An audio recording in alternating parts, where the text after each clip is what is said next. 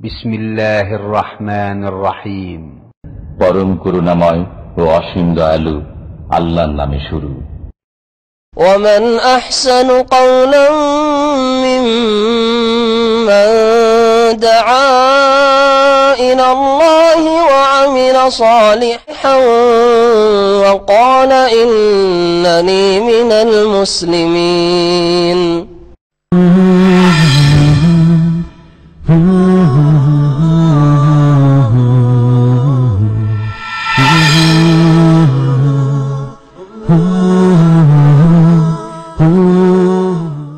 আসসালামু আলাইকুম ওয়া রাহমাতুল্লাহি ওয়া বারাকাতুহু। ইন্নাল হামদালিল্লাহ নাহমাদুহু ওয়া নাস্তাঈনুহু ওয়া নাস্তাগফিরুহু ওয়া নাউযু বিল্লাহি মিন শুরুরি আনফুসিনা ওয়া মিন সাইয়্যাতি আ'মালিনা। মান ইয়াহদিহিল্লাহু ফালা মুদিল্লা লাহু ওয়া মান ইউদ্লিল ফালা হাদিয়া লাহু। ওয়া আশহাদু আল লা ইলাহা ইল্লাল্লাহু ওয়াহদাহু লা শারীকা লাহু ওয়া আশহাদু আন্না মুহাম্মাদান আবদুহু ওয়া রাসূলুহু সাল্লাল্লাহু তাআলা আলাইহি ওয়া আলা আলিহি ওয়া সাহবিহি ওয়া সাল্লামা তাসলিমান কাসীরা। আম্মা বা'দ, ফাউযু বিল্লাহি মিনাশ শাইতানির রাজীম। ইন্নামা ইউওয়াফাস সাবিরুনা আজরাহুম বিগাইরি হিসাব। ওয়া ক্বালা আল্লাহু তাআলা ফি আয়াতিন উখরা ইন্নী জাযাইতুহুমুল ইয়াওমা বিমা সাবারু আন্নাহুম হুমুল ফাইজুন। মহান আল্লাহর সমস্ত প্রশংসা, যে আল্লাহ পাক রব্বুল আলামিন একক, যার কোনো শরীক নেই। আল্লাহ পাক রব্বুল আলামিন মানুষকে কখনো কখনো ভালো দিয়ে, সুখ দিয়ে পরীক্ষা করেন, কখনো আল্লাহ রাব্বুল আলামিন দুঃখের মাধ্যমে, মানুষের কষ্টের মাধ্যমে আল্লাহ পাক পরীক্ষা করে থাকেন। কোরআনে কারীমে এই বিষয়টি আল্লাহ পাক স্পষ্ট করেছেন, ওয়া নাবলুকুম বিশ-শাররি ওয়াল খায়রি ফিতনাহ। আমি ভালো এবং মন্দ দ্বারা পরীক্ষা করে থাকি তোমাদেরকে। তো আল্লাহ পাক রব্বুল পরীক্ষা শুধু বালা মুসিবত নয়, বিপদ আপদ নয়। আল্লাহ পাকের পরীক্ষা ওর চাইতে বেশি হয়, বেশি সুখ আসা, সুখ শান্তি হওয়া। এবং দেখা গেছে যে অধিকাংশ মানুষ বিপদ আপদে পড়লে, এর মাধ্যমে যদি পরীক্ষিত হয়, বিপদ আপদের মাধ্যমে, তাতে পথভ্রষ্ট কম হয়, বরং অনেকেই সংশোধন হয়ে যায়। অনেকেই নিজের ভুল ত্রুটি সম্পর্কে বোঝার চেষ্টা করে এবং তাতে সংশোধন হয়ে যায় ভুল ভ্রান্তি থাকলে। আর তাদের নেকির দিক, বড় একটা দিক রয়েছে, এগুলি রয়েছে। কিন্তু অধিকাংশ লোক যাদেরকে আল্লাহ পাক সুখ স্বাচ্ছন্দ্য দিয়ে পরীক্ষা করেন, ধন সম্পদের প্রাচুর্য দিয়ে পরীক্ষা করেন, নেতৃত্ব দিয়ে পরীক্ষা করেন, দুনিয়ার ভোগ বিলাসের সামগ্রী দিয়ে পরীক্ষা করেন, অধিকাংশ লোক আল্লাহ পাকের এই পরীক্ষায় ফেল করে যায়। নেতৃত্ব পেলে, পয়সা পেলে বেশি, সুস্থতা বেশি পেলে, গায়ের জোর বেশি থাকলে পাপে লিপ্ত হয়ে যায়। অধিকাংশ লোককে দেখা গেছে যারাই পাপী, তারা অধিকাংশই বেশি সুখের কারণে পাপী হয়েছে, বেশি সুখ শান্তির কারণে পাপী হয়েছে। জালেমদের দেখেন, অধিকাংশ জালেমরা তাদের ক্ষমতার দাপটে পাপী হয়েছে, জুলুম করেছে। এইরকমই ধন সম্পদের অহংকারে পাপে লিপ্ত হয়েছে, বহু পাপে লিপ্ত হয়েছে। তার মধ্যে একটি বড় পাপ হচ্ছে অহংকার, ধনের অহংকার, নেতৃত্বের অহংকার, গায়ের জোরের অহংকার, বংশীয় মর্যাদার অহংকার, বিদ্যা বুদ্ধির অহংকার, এলমের অহংকার, ইত্যাদি ইত্যাদি। জি হ্যাঁ। তো অধিকাংশ মানুষ মনে করে যে সুখ হইলে বেশি ভালো, বেশি টাকা হইলে আমার ভালো, বেশি সুখে থাকলেই ভালো, কখনো যেন বালা মুসিবতে না আসে, বিপদ আপদ না আসে। কিন্তু অধিকাংশ মানুষই জাহান্নামের রাস্তা ধরেছে, জান্নাতের রাস্তা হারিয়ে ফেলেছে, পথভ্রষ্ট গোমরাহ হয়েছে বেশি সুখের কারণে। কাল্লা ইন্নাল ইনসানা লা ইয়াতগা। আল্লাহ পাক বলছেন যে নিশ্চিত মানুষ সীমা লঙ্ঘন করে, বাড়াবাড়ি করে, পাপে লিপ্ত হয়ে যায় যখন নিজেকে অনুভব করে, দেখে আর রাহুস্তাগনা, যে সে অভাব মুক্ত হয়ে গেছে, কোনো অভাব নেই, কারো পরোয়া করি না, কারো ধার ধারি না, কি আমার সাথে চলুক আর না চলুক, এইরকম যখন হয়ে যায়, তখন কি হয়ে যায়? লায়াতগা, মানুষ সীমা লঙ্ঘন করে, বাড়াবাড়ি করে। আল্লাহ পাক আরো বলেছেন কোরআনে, ওয়ালাউ বাসাতাল্লাহু রিজকা লিইবাদিহি লাবাগাউ ফিল আরদ। মানুষের জন্য আল্লাহ পাক যদি তার বান্দাদের জন্য রিজিককে প্রশস্ত করে দিতেন, ধন সম্পদ আমাদের কাছে যদি প্রচুর হয়ে যেত, তো ভালো ভালো মানুষ লাবাগাউ ফিল আরদ, পৃথিবীতে সীমা লঙ্ঘন করত, বিপর্যয় সৃষ্টি করত। বিশৃঙ্খলা সৃষ্টি করতো। অধিকাংশ লোকের জন্য ধন সম্পদ ফিতনা, নেতৃত্ব ফিতনা, বেশি সুস্থ থাকা ফিতনা, বেশি গায়ে জোর থাকা, প্রভাব থাকা ফিতনা, বেশি বিদ্যা বুদ্ধি অধিকাংশ লোকের জন্য ফিতনা। এগুলো হচ্ছে ফিতনা। আল্লাহ পাক রব্বুল সমস্ত রকমের ফিতনা থেকে আমাদের যেন বাঁচিয়ে রাখেন। কিন্তু মানুষের স্বভাব সুখ চায়, সুখ দিয়ে যদি গুমরাহ হয়ে যায়, সুখের কারণে যদি জাহান্নামেও চলে যায়, তারপরে নগদ নগদ দুনিয়ার সুখ চায় অধিকাংশ লোক। আসলে বুঝে না, মাঝে মাঝে সুখের সাথে কিছু তিক্ততা আসলে মানুষের সংশোধন হয় এবং অহংকার কমে আসে। বহু হেকমত আছে। একটি আলোচনা আমার ইনশাআল্লাহ তাআলা হবে বালা মুসিবতের হেকমত সম্পর্কে, সেটা আজকে হবে না। গতকালকে একটা আলোচনা করেছিলাম বালা মুসিবতের ক্ষেত্রে আমাদের করণীয়, আমাদের করা কি উচিত। বেশ কিছু বিষয় উল্লেখ করেছি। ধৈর্য ধারণ করা, এটা হচ্ছে মেন বিষয় ছিল। আল্লাহ সম্পর্কে সুধারণা, ভালো ধারণা রাখা যে আল্লাহ আমাকে অসহায় ছেড়ে দেবেন না, আল্লাহ আমার সর্বনাশ চান না। তারপরে আল্লাহর উপরে ভরসা করা, ইত্যাদি এইরকম বেশ কিছু বিষয় গতকালকে আলোচনা করেছি। সেগুলি আবার রিপিট করছি না, কারণ তাতে আবার সময় নেবে। আজকে বালা মুসিবতের ফজিলত, উপকারিতা, লাভ, বিপদ আপদেও লাভ আছে, বিপদ আপদেও লাভ আছে। এটা জানলে হবে কি, বিপদ আপদ আসলে আপনি ভেঙে পড়বেন না। হ্যাঁ, কারণ আমার এই বালা মুসিবতের মাধ্যমে বেশ কিছু কল্যাণ হয়েছে বা বেশ কিছু কল্যাণ হবে। এই যে মানুষের একটা আশা, মানুষের যদি ভালো একটা আশা থাকে কোনো খারাপ কিছুতে, তাতেও সে শক্তিশালী হয়, তার মনোবল মজবুত হয়। এটা একেবারে সত্য কথা। কোরআন এবং হাদিসের কথা তো সত্যতে কোনো সন্দেহ নাই, কিন্তু এমনি বাস্তব সত্য কথা। জি হ্যাঁ, তো আজকে আলোচনা করব বালা মুসিবতের ফজিলত সম্পর্কে। নবী করিম সাল্লাল্লাহু আলাইহি সাল্লামের ওপর বালা মুসিবত এত বেশি এসেছে যে বালা মুসিবত কারো ওপর আসেনি, ঠিক না? জি, যে যত বড় নেক বান্দা তার ওপর তত বেশি বালা মুসিবত বিপদ আপদ এসেছে। হ্যাঁ, তাদের পাপের কারণে আসেনি, তাদের ভুলের কারণে আসেনি। হ্যাঁ, তাদেরকে আল্লাহ পাক কোনো শাস্তি দিতে চাননি, বরং তাদের মর্যাদাকে উঁচা করতে চেয়েছেন। হ্যাঁ, তাদের নেকির ব্যালেন্সকে বাড়াইতে চেয়েছেন, তাদেরকে দুনিয়া এবং আখিরাতে বহু মর্যাদা যে দান করেছেন, সেগুলির জন্য কিছু মাধ্যম, কিছু প্রয়োজন, কিছু নেকি দরকার, কিছু ভালো কাজ দরকার, সেগুলি আল্লাহ পাক সেগুলির ব্যবস্থা করার জন্য এই বালা মুসিবত দিয়েছেন। বালা মুসিবতের ক্ষেত্রে ধৈর্য ধরতে হবে। ধৈর্য ধারণ সম্পর্কে বেশ কিছু আয়াত কালকে পেশ করেছিলাম, আর দু একটি আয়াত আমি পেশ করি, কারণ ধৈর্যের বিষয়টি অত্যন্ত কষ্টকর মানুষের জন্য। ধৈর্য ধরা অত সহজ নয়। ধৈর্য ধারণ করা যদি মানুষ কোরআন এবং হাদিস না চর্চা করে এবং ঈমান তার শক্তিশালী না হয়, মজবুত না হয়, তাহলে ধৈর্য ধরাটা এত সহজ ব্যাপার না, ভেঙে পড়ে মানুষ। কিন্তু ধৈর্যের বড় ফজিলত রয়েছে। আল্লাহ পাক সূরা জুমারের আয়াত নম্বর 10 এ ইরশাদ করেছে, ইন্নামা ইউআফাস সাবিরুনা আজরাহুম বিগাইরি হিসাব, নিশ্চয়ই ধৈর্যশীলদেরকে তাদের পুরস্কার দেওয়া হবে পূর্ণ মাত্রায়, বিগাইরি হিসাব, বেহিসাব। আল্লাহ বলছেন বিগাইরি হিসাব মানে বেহিসাব, বিনা হিসাবে। কত যে তাদের পুরস্কার রয়েছে আর বদলা রয়েছে, কোনো হিসাব নেই আল্লাহ পাকের কাছে। আর ধৈর্য বালা মুসিবতের ক্ষেত্রে, বিপদ আপদের ক্ষেত্রে ধরতে হয়। এটা হচ্ছে সবচেয়ে যেটা ধৈর্যের এমন একটা প্রকরণ যেটা গুরুত্বপূর্ণ এবং সেটা সবাই বুঝে।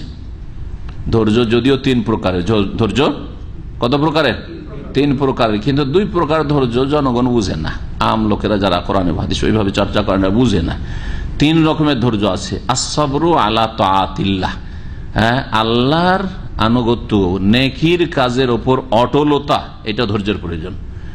একজন লোক সারা জিন্দগি 5 ওয়াক্ত নামাজি হবে এবং জামাত সহকারে নামাজ পড়বে, কোনদিন ফজরের নামাজ ছুটবে না, ধৈর্যের প্রয়োজন আছে না নেই? হ্যাঁ, কোনদিন একটা রোজা ছুটবে না, জীবনে জাকাতে সামান্য ঘাটতি হবে না, দিনের সমস্ত কাজে অটল থাকবো, কখনো বাপ মায়ের সাথে বেয়াদবি করব না, এগুলোর জন্য ধৈর্যের প্রয়োজন আছে না নেই?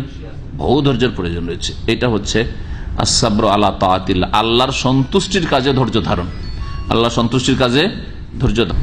2 নম্বর ধৈর্য হচ্ছে আস-সাবরু আন মাসিয়াতিল্লাহ, আল্লাহর অসন্তুষ্টির কাজ থেকে বেঁচে থাকার ক্ষেত্রে ধৈর্য ধারণ করা, গুনাহ থেকে বাঁচার জন্য ধৈর্য ধারণ। ধৈর্য ছাড়া মানুষ পাপ থেকে বাঁচতে পারে না, অধৈর্য হয়ে পড়বে। হ্যাঁ, যে দেখেন যে একটা লোকের পকেট থেকে মানি ব্যাগ পড়ে গেল, আর তাতে বা টাকার বান্ডিল পড়ে গেল, 50,000 রিয়াল পড়ে গেছে, দেখলো না, চলে গেল, আপনি উঠিয়ে নিলেন, দেখছেন যে লোকটা চলে যাচ্ছে। এটা তো বেশি অঙ্কের বললাম। যদি ইমান দুর্বল থাকে তো 100 টাকার মোবাইলও দিবেন না, 50 টাকার মোবাইল দেবেন না, ঠিক না? একবার আমার এক ছেলের, ছোট ছেলে আব্দুল্লাহ, তখন বয়স ছোট ছিল, 10-12 বছর বয়স ছিল, বড় শখ হয়েছে হেফজ করতে, মসজিদ আব্দুল্লাহ মসজিদ এখানে এসছে, ও মোবাইল পকেটে করে নিয়ে চলে এসছে। মোবাইলটা মনে হয় 80 টাকার মোবাইল ছিল, বেশি না। মোবাইলটা ও লাফাতে লাফাতে বাসার দিয়ে গেছে, ওই ফাঁকা জায়গাতে ওখানে পড়ে গেছে। কোন একটা আরবিয়ান ছেলে পেয়েছে, আল্লাহ হেদায়েত করে ওকে। আর তারপরে মোবাইল খোলা আছে, সেই দিন তারপরের দিন টেলিফোন করছে, 2 দিন মোবাইল খোলা আছে। একবার উঠিয়ে বলছে যে মোবাইল দিয়ে দেবো, কিন্তু কত টাকা দিবা? চিন্তা করতে পেরেছেন? 80 টাকার মোবাইলে ইমান বিক্রি করে দিল, ইমান বিক্রি করে দিল। তা 80 টাকাতে কেউ যদি ইমান বিক্রি করে, তাহলে 10,000 রিয়াল যদি থাকে, 50,000 রিয়াল যদি থাকে, বা 4,000 রিয়াল যদি একটা বা দামি মোবাইল হয়, তাহলে কি করবে না? ধৈর্যের প্রয়োজন আছে না নেই? জেনা ব্যভিচারের ক্ষেত্রে নেই স্ত্রী আর যুবক মানুষ, আর পেয়ে গেছে ওই রকম শিকার, হ্যাঁ, ধৈর্যের প্রয়োজন আছে না নেই? ধৈর্য ছাড়া কেউ গুনাহ থেকে বাঁচতে পারবে না। অথবা কোন একটা ভুল কল চলে এসছে, মহিলার আওয়াজ লেগে গেল, ওর পিছিয়ে লেগে গেল, বিরক্ত করতে শুরু করলো, রাত দিন যখন তখন কল দিচ্ছে। অধিকাংশ মানুষ এইরকম বদ প্রকৃতির অধিকাংশ মানুষ রাত 2-3টাতে টেলিফোন চলে আসছে। আশ্চর্য হয়ে যাবে না, শিকারি তলাশ করে বেড়াচ্ছে, আশ্চর্য হয়ে যাবেন আপনি। জি, আর এগুলি ইহুদি নাসারাদের বাচ্চা না, এগুলো মুসলিমদের এক শ্রেণীর বাচ্চা, অসৎ। জি, তাহলে গোনা থেকে বাঁচার জন্য কত ধৈর্যের প্রয়োজন রয়েছে। আসসাবরু আন মাসিয়াতিল্লাহ। তৃতীয় ধৈর্য হচ্ছে আসসাবরু আলা আকদারিল্লাহ আল মুলিমা, কষ্টদায়ক তকদিরের, ভাগ্যের উপর ধৈর্য ধারণ করা। সুখের তকদির হলে তাহলে কি, তাতে তো মজা লাগছে, তাই না? সবসময় সুখ আর সুখ আর সুখ আর সুখ। কিন্তু দুঃখের তকদির যখন, কষ্টের যে ভাগ্যটা এসছে, আপনার ভাগ্যে কষ্ট, সেই দিন সেই সময় ধৈর্য ধারণ করা, এটা গুরুত্বপূর্ণ। ধৈর্য ধরতে হবে। আপনাকে আল্লাহ পাক অনেক দিন সুখে রেখেছেন, সুতরাং ধৈর্য ধারণ করতে হবে। যারা ধৈর্য ধারণ করে তাদেরকে বিনা হিসাবে আল্লাহ কিয়ামতের দিনে তাদের বদলা দেবেন। আল্লাহু আকবার। কি বদলা হবে? সূরা মুমিনুনের আয়াত নম্বর 111-তে আল্লাহ বলছেন, ইন্নী জাযাইতুহুমুল ইয়াওমা বিমা সাবারু, আজকে আমি এই বিচার দিবসে কিয়ামতের দিনে ধৈর্যশীলদেরকে বদলা দেব, বিমা সাবারু, তাদের ধৈর্যের বিনিময় হিসাবে, ধৈর্যের বদলা হিসাবে। কি বদলা? যে আন্নাহুম হুমুল ফায়েজুন, তারাই হচ্ছে সফল কাম, সাকসেস, কামিয়াব লোক। জান্নাতি না জাহান্নামী? হ্যাঁ, জাহান্নাম তাদেরকে স্পর্শ করবেই না, তাই না কামিয়াব। হ্যাঁ, 1 মিনিটের জন্য জাহান্নামে যাবে না, জাহান্নামের কোন রকম কষ্ট পাবে না, কোনো আযাব নেই। এরাই হচ্ছে সফল কাম। তাহলে কামিয়াবি, সফলতার বদলা আল্লাহ পাক দেবে। সেই দিন সফল বলে ঘোষণা করবেন, তুমি সাকসেস, জি ভাগ্যবান তুমি। আজকে তাদেরকে আমি বদলা দেব, কারণ তারা হচ্ছে আল ফায়েজুন। আজকে এরাই পাশ করেছে, এরা ফেল না, পাস। জি, এদের রেজাল্ট, ফলাফল ভালো। আরো স্পষ্ট করেছেন সূরা দাহর আয়াত নম্বর 12-তে আল্লাহ পাক রব্বুল আলামিন ধৈর্যশীলদেরকে কি বদলা দেবেন বলছেন, ওয়া জাযাহুম বিমা সাবারু, তারা যে ধৈর্য ধারণ করেছে সেই জন্য তাদেরকে আল্লাহ বদলা দেবেন জান্নাতান, জান্নাত বদলা হিসাবে দেবেন। জান্নাত পেয়ে গেলে ধৈর্যের বদলা কি? তাহলে কামিয়াবি, জান্নাত। আর কামিয়াবি কি হচ্ছে? সফলতা।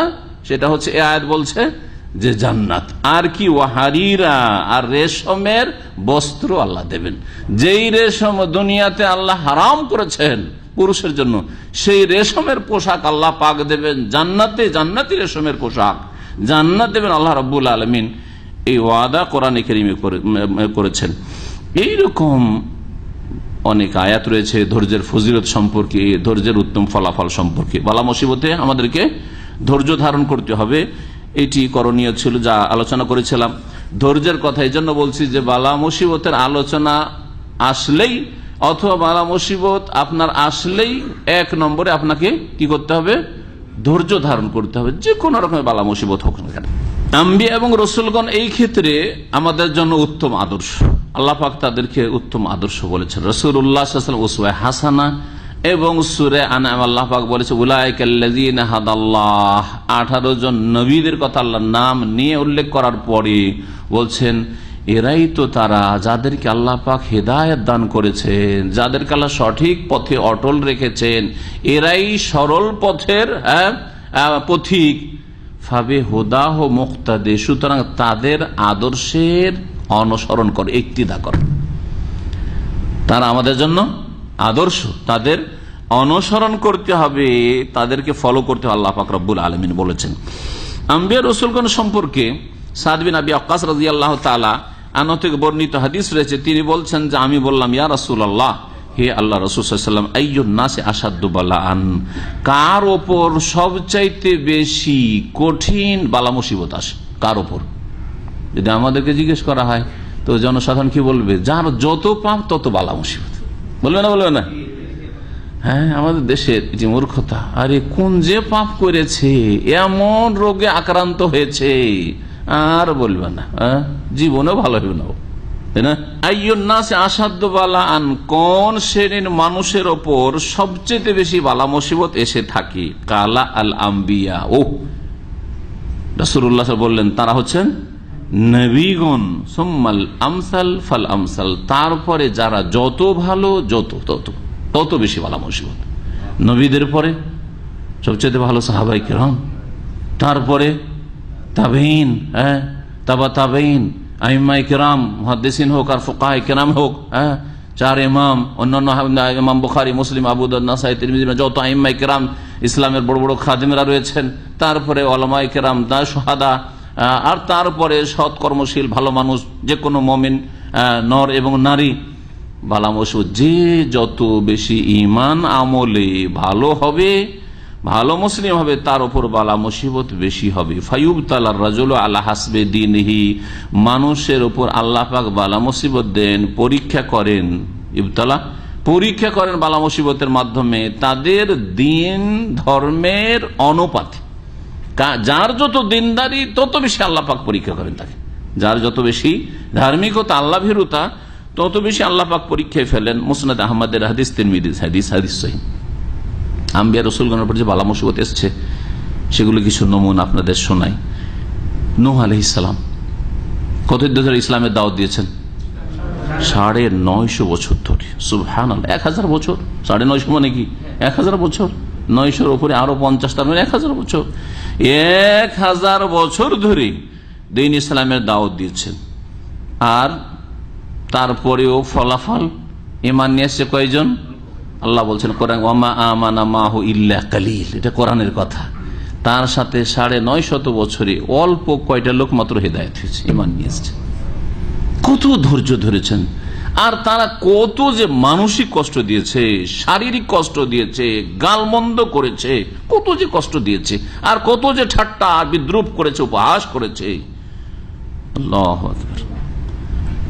ইব্রাহিম আলাইহিস সালামের পরীক্ষা নবী রাসূলগণের মাঝে সবচেয়ে বেশি বড় পরীক্ষা রাসূলুল্লাহ, তারপরে সবচেয়ে বড় পরীক্ষা হয়েছে ইব্রাহিম খলিলুল্লাহ। কারণ এই 2 নবীকে আল্লাহ তার অন্তর্বন্ধু খলিল বলেছেন। সুতরাং অন্যান্য নবীদের তুলনায় এই 2 নবীর, 2 রাসূলের পরীক্ষাও বেশি, বালা মুসিবত বেশি, পরীক্ষা আল্লাহ পাক খুব বেশি করেছেন। ইব্রাহিম আলাইহিস সালামকে কি না পরীক্ষা আল্লাহ করেননি। ছোটকাল থেকে যৌবনকালে দেশ থেকে তাড়িয়ে দিল বাপ, বাড়িতে থাকতে দিল না, দেশ থেকে হিজরত করতে হলো, দেশ ছেড়ে নির্বাসিত হয়ে যাওয়া, দেশান্তর হয়ে কোথাও বসবাস করে, যেমন তেমন কথা নয়, কত যে কষ্টের বিষয়। ইব্রাহিম আলাইহিস সালামকে এমন পরীক্ষা, আগুনে ফেলে দেওয়া হলো, জানা আছে আপনাদের, তাই না? চিন্তা করেন, আগুনে ফেলে দেওয়া হলো। আপনার হয়েছে, কারো হয়েছে কোন মুসলিমের আজকাল? জি। ওয়ালাম ইয়াসনিহি যালিকা শাইয়ান আম্মা আমানা বিহি কলবুহু ওয়া তামান্না বিহি ফুয়াদুহু, তারপরেও তাকে একটু পিছপা করতে পারেনি। আগুনে ফেলে দিও, সামান্য একটু তাকে কথা বলি নিতে পারেনি, ঠিক আছে আমি স্বীকার করছি তোমাদের কথা মানবো, আমাকে আগুন থেকে বাঁচিয়ে নাও, বলেছেন না। যে আল্লাহর দিনের কাজ করছি সে আল্লাহ যদি মনে করেন যে আমাকে রক্ষা করবেন তো রক্ষা করবেন, আমি কারো কাছে সাহায্য নেব না। আল্লাহ পাক রব্বুল আলামিন হুকুম করলেন আগুন কি? আগুনের প্রকৃতি হচ্ছে যে কোনো মানুষকে জ্বালিয়ে দাও। ইব্রাহিম আলাইহিস সালাম জ্বালিয়ে দেবে, জ্বালাবে না? জ্বালাবে না, কারণ আগুনের কাজই হচ্ছে জ্বালানো। চিনবেন না যে কে নবী আর কে রসুল আর কে ভালো আর কে মন্দ, সবাইকে জ্বালাবে। যদি স্পেশাল আল্লাহ পাকের হুকুম না হয়, সৃষ্টিগত হুকুম যে আগুন তোকে ক্ষমতা দিয়েছি জ্বালাবার, তোর এই ক্ষমতা আমি এখন শেষ করছি, কোন ঠান্ডা হয়ে যাবে। জি হ্যাঁ, তো আল্লাহ পাক হুকুম করলেন আগুনকে। কুলনা, আল্লাহ বলছেন আমি বললাম আগুনকে, ইয়া নারু, হে আগুন, কুনি বারদা, ঠান্ডা হয়ে যা। আরে এত ঠান্ডা না যে আবার ফ্রোজেন হয়ে মারা যায়, বেশি ঠান্ডাতে বড় শীতে মরে যেতে পারে। হ্যাঁ, ওয়াসালামান আলা ইব্রাহিম, সহি সালামত, নিরাপদ রাখো ইব্রাহিমকে।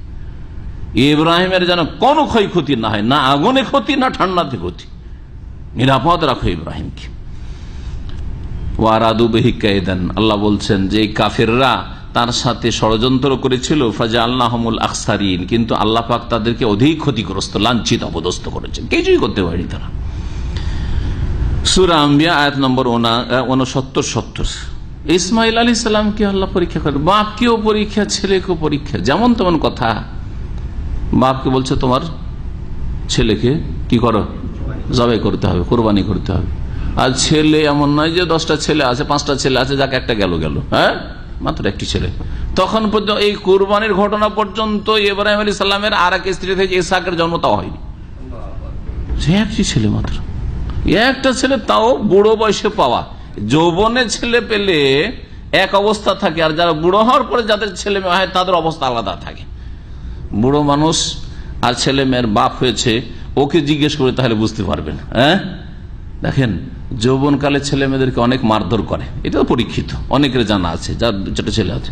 কিন্তু বয়স 40-50 হওয়ার পরে আর ছেলে মেয়েকে মারে না।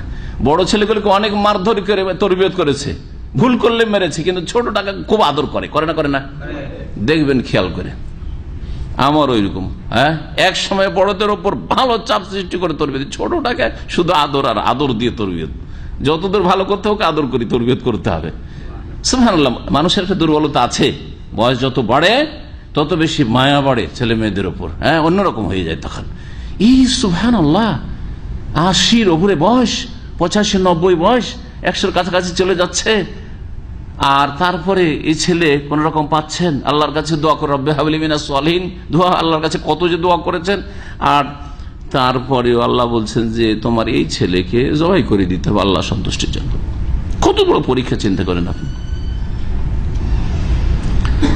ঘটনা জানা আছে, সেই ঘটনার দিকে যাচ্ছি না। জাকারিয়া আলাইহিস সালামকে আল্লাহ পাক পরীক্ষা, নবীরা তো কথা বলতে পারেন যে আল্লাহ তোমার দিনের কাজ করছি আর বিয়ে করে বুড়ো হয়ে গেলাম, একটা ছেলে হবে না, এটা কেমন কথা?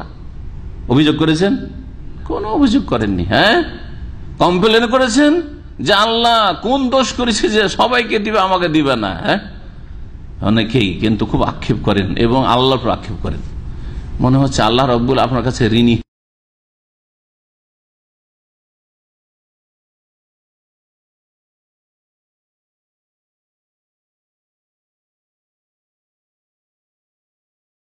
ছেলে মেয়ে দেয় না, সেই জন্য আল্লাহ ঋণী হয়েছে আপনার কাছে? না, কখনো না। আল্লাহ পাকের ইচ্ছে, আল্লাহ দেন না, এতে হয়তো বহু রহস্য আছে যেটা আপনার চোখের আড়ালে রয়েছে। কেন দেননি আল্লাহ ভালো জানে। কিছুই না থাকলে আল্লাহর পরীক্ষা, যে তোমাকে স্ত্রী দিয়েছি, হ্যাঁ সুস্থতা দিয়েছি, তারপর তোমাকে ছেলে মেয়ে দিচ্ছে না, এটি পরীক্ষা আমার, আমি তোমাকে এর মাধ্যমে পরীক্ষা করছি। আপনারা সাধারণ মানুষ কেন? সৌদি আরবের সবচেয়ে বড় আলেম এখন আল্লামা শেখ সালেহুল ফৌজান হাফিজুল্লাহ এখনো বেঁচে আছেন। তার বাড়িতে আমাদেরকে একবার নিয়ে যাওয়া হয়েছিল দায়ীদেরকে, আসর থেকে মাগরিব পর্যন্ত, বরং মাগরিব পরেও তার সাথে অনেক মাসলা মাসাইলের প্রশ্ন উত্তর, আর তারপরে তার আলোচনা শোনা, বৈঠক। তার বাড়িতে একটা ছেলেও নেই, মেয়েও নেই, নিঃসন্তান, একটা ছেলেও নেই, মেয়ে নেই। ইবনে তাইমিয়া রহমতুল্লাহ কত বড় মুজাদ্দিদ, কত বড় ইসলামের সংস্কার, কত বড় ইসলামের ইমাম। যদি আবু হানিফা, শাফি, মালিক, আহমদের যুগে হইতেন তাহলে তিনি 4 ইমামের চাইতে কোনো কম না, কোনো কিছুতেই কম না তিনি। জি, তার কোনো ছেলে মেয়ে ছিল না। বিয়ে করেছিলেন কিনা, বিয়েও করেননি হয়তো। ইমাম বুখারী রহমতুল্লাহ আলাইহি বিয়ে করেছেন কিন্তু তার কোনো ছেলে মেয়ে ছিল না, ওরা জানেন না হয়তো। এত বড় বড় ইমামদের কোনো ছেলে মেয়ে ছিল না। কারো পরিবারও ছিল না, হয়তো কারো ছেলে মেয়েও ছিল না। আল্লাহ পাক রব্বুল আলামিন জাকারিয়া আলাইহিস সালামকে পরীক্ষা করেছেন। বার্ধক্য গিয়ে দোয়া করার পরে আল্লাহ পাক রব্বুল আলামিন ছেলে দিলেন, ইয়াহিয়া, তাই না? ছেলে দিলেন। দোয়া করতে থাকেন, দোয়ার রাস্তা খোলা আছে। যাদের ছেলে মেয়ে এখনো হয়নি দোয়া করেন, আল্লাহ পাক রব্বুল আমাদের দিনী ভাই বোনদেরকে যেন নেক সন্তান দান করেন। আইয়ুব আলাইহিস সালামের বালা মুসিবত আপনাদের জানা আছে? জি সুবহানাল্লাহ। আইয়ুব আলাইহিস সালামের বালা মুসিবত, এক তো রোগ, আর তারপরে ছেলে মেয়ে সব মারা গেল, ধন সম্পদ সব ধ্বংস হয়ে গেল, নিজে অসুস্থ, এমন ব্যাধি, মারাত্মক ব্যাধি, দূর আরোগ্য ব্যাধি। ব্যাধি কতদিন ছিল এই মর্মে একটি রিওয়ায়াত বলছে 18 বছর তিনি অসুস্থ ছিলেন।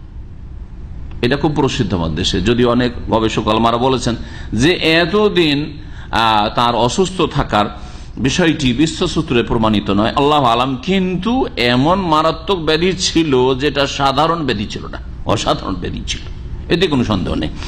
এবং দীর্ঘ সময় তিনি রোগাক্রান্ত ছিলেন, সব হারিয়ে ফেলেছেন। এমনকি স্ত্রীরা সব তালাক নিয়ে চলে গেছে, কয়েক স্ত্রী সব তালাক নিয়ে চলে গেছে, একজন স্ত্রী ছাড়া, জানা আছে না নেই? হ্যাঁ, রহিমা রাদিয়াল্লাহু তাআলা ছাড়া বাকি সব তালাক নিয়ে চলে গেছে, দুঃখের দিনে ছেড়ে দিয়ে চলে গেছে। কত বড় পরীক্ষা। তারপর আল্লাহ রাব্বুল আলামিনের কাছে দোয়া করায়, আল্লাহ তাকে সুস্থ করলেন, হ্যাঁ, তাকে রোগ মুক্ত করলেন। আল্লাহ রাব্বুল সূরা আম্বিয়ার আয়াত নম্বর 83-84 ইরশাদ করেন, ওয়া আইয়ুবাহ, স্মরণ করে আইয়ুব আলাইহিস সালামকে, ইয নাদা রাব্বাহ, যখন তার প্রতিপালককে তিনি ডেকেছিলেন যে হে আল্লাহ, আন্নী মাসসানিয়া দুররু ওয়া আনতা আরহামুর রাহিমিন, আমি রোগাক্রান্ত হয়েছি, আমাকে রোগ ব্যাধি স্পর্শ করেছে, ওয়া আনতা আরহামুর রাহিমিন, আর তুমি সমস্ত দয়ালুর সবচেয়ে বড় দয়ালু। তুমি এত লম্বা দোয়া করেননি যে আল্লাহ কেন তুমি ভালো করবে না, তুমি ভালো করো, এত কোনো কথা নাই। কত সুন্দর দোয়া, আল্লাহ আমি অসুস্থ হয়েছি, হ্যাঁ, রোগে আক্রান্ত হয়েছি, আর তোমার চাইতে বড় দয়ালু পৃথিবীতে কেউ নেই, না মা, না বাপ, না স্ত্রী, না ছেলে, না মেয়ে, না আপনজন, কেউ দরদি নেই, হ্যাঁ, তোমার মতো। তুমি হচ্ছ আরহামুর রাহিমিন, যত দয়ালু হইতে পারে তাদের সবচেয়ে বড় দয়ালু তুমি আল্লাহ। সুতরাং আমার উপর রহম করো, আমাকে শেফা, আরোগ্য দান করো। আল্লাহ পাক রব্বুল বলছেন, ফাস্তাজাবনা লাহু, তার এই দোয়া আমি কবুল করলাম। ফাকাশাফনা মা বিহি মিন দুর, তার যে রোগ ছিল তা আমি দূরীভূত করলাম। ওয়া আতাইনাহু আহলাহু, স্ত্রীরা চলে গেছে, স্ত্রী ফিরে আসল। জি হ্যাঁ, পরিবার সব ছেলে মেয়ে সব মারা গেছিল, সব একটি রিওয়ায়াত যে তারা আবার জীবিত হইল, আল্লাহ জানে এটি ইসরায়েলের রিওয়ায়াত হতে পারে। আর একটি রিওয়ায়াত যে জীবিত নয়, বরং যতগুলি ছেলে মেয়ে মারা গেছে তার চেয়ে বেশি ছেলে মেয়ে আল্লাহ দিয়েছিলেন। পরে ধরেন কারো 2-4-5টা ছেলে মেয়ে মারা গেছে, আর তারপর যদি আরো 10টা আল্লাহ দিয়ে দেন, তাহলে ঘাটতি পূরণ হওয়ার পরে আরো বেশি হয়ে গেল কিনা। তো এইভাবেও হইতে পারে যে আল্লাহ পাক রব্বুল আইয়ুব আলাইহিস সালামকে তার চাইতে উত্তম দিয়েছিলেন, তার পরিবার ফিরিয়ে দিলেন, ছেলে মেয়ে আল্লাহ দিয়ে দিলেন, অমিসলাহুম মাহুম, বরং তার মতো আরো বেশি, যেগুলি হারিয়ে গেছে ছেলে মেয়ে মারা গেছে তার চাইতে বেশি, তার অনুরূপ আরো আল্লাহ রাব্বুল আলামিন দিয়েছেন। আল্লাহ বলছেন, রাহমাতাম মিন ইনদিনা, আমার পক্ষ থেকে রহমত স্বরূপ, ওয়া যিকরা লিল আবেদিন, আর যারা ইবাদত গুজার বান্দা তাদের জন্য এতে রয়েছে উপদেশ স্বরূপ।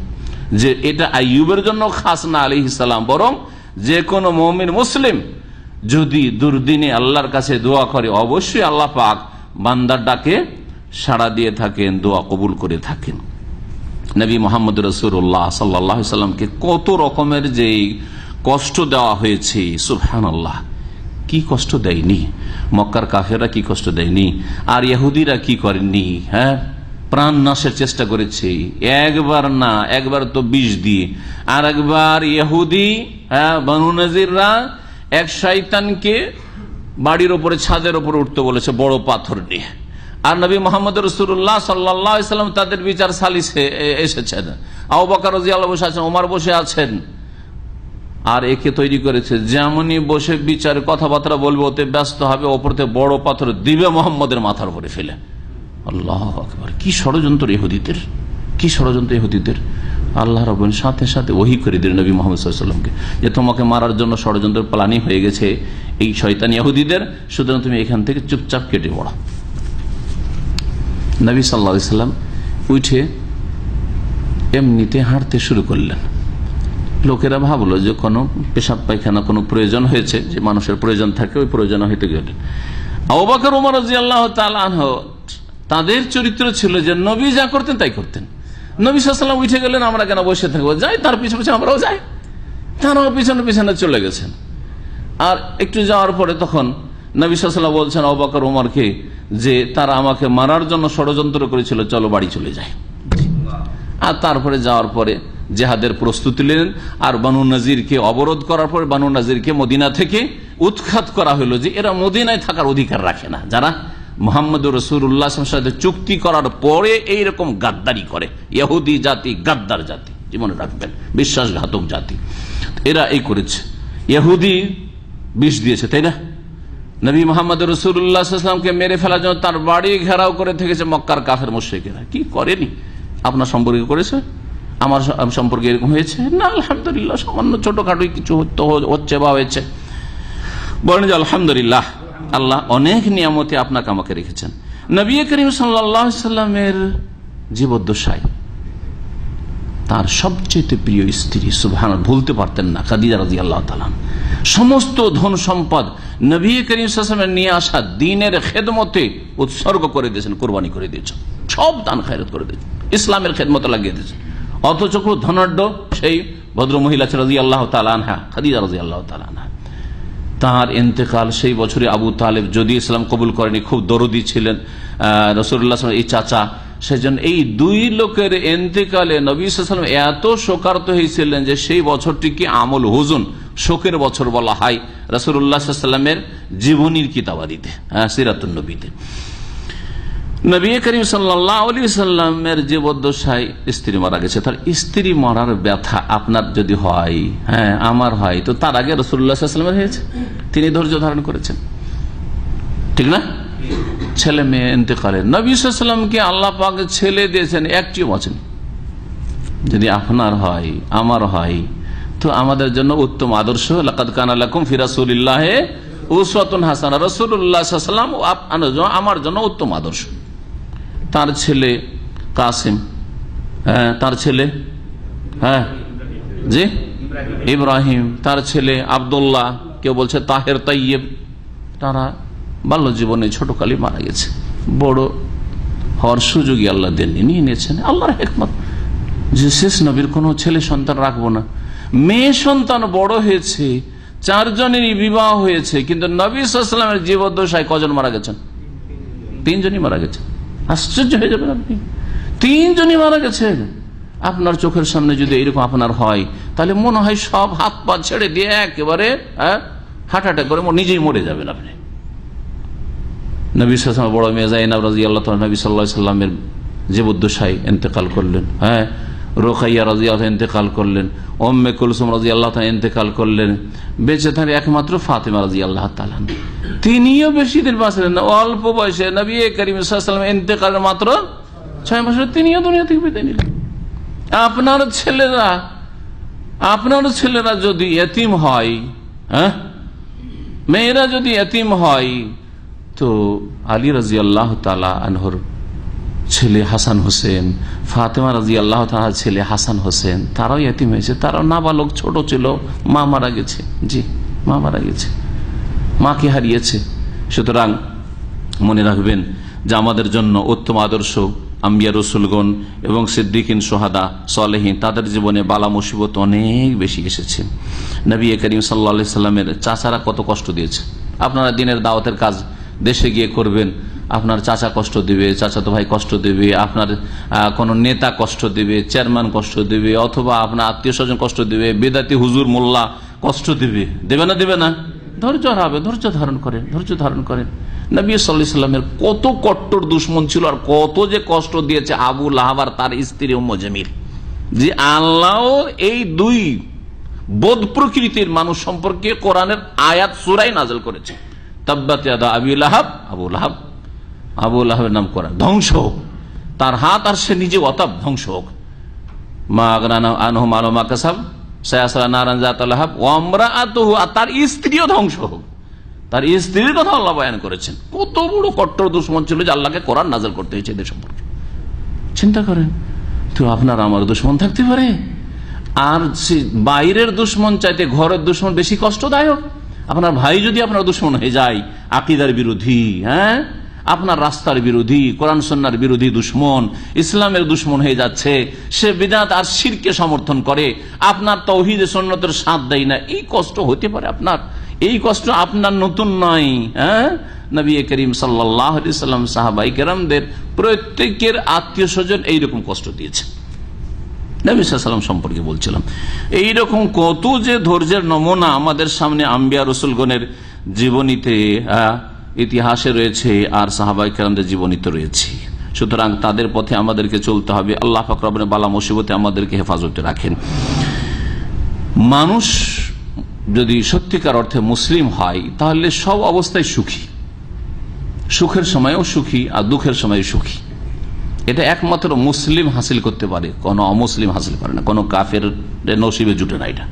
কোন কাফের, হ্যাঁ, কোন নাস্তিক, কোন মুনাফিক বেদিন, কোন মুশরিকের ভাগ্যে জুটে না। ভালো করে মনে রাখো। সহিহ মুসলিমের হাদিস শোনাই।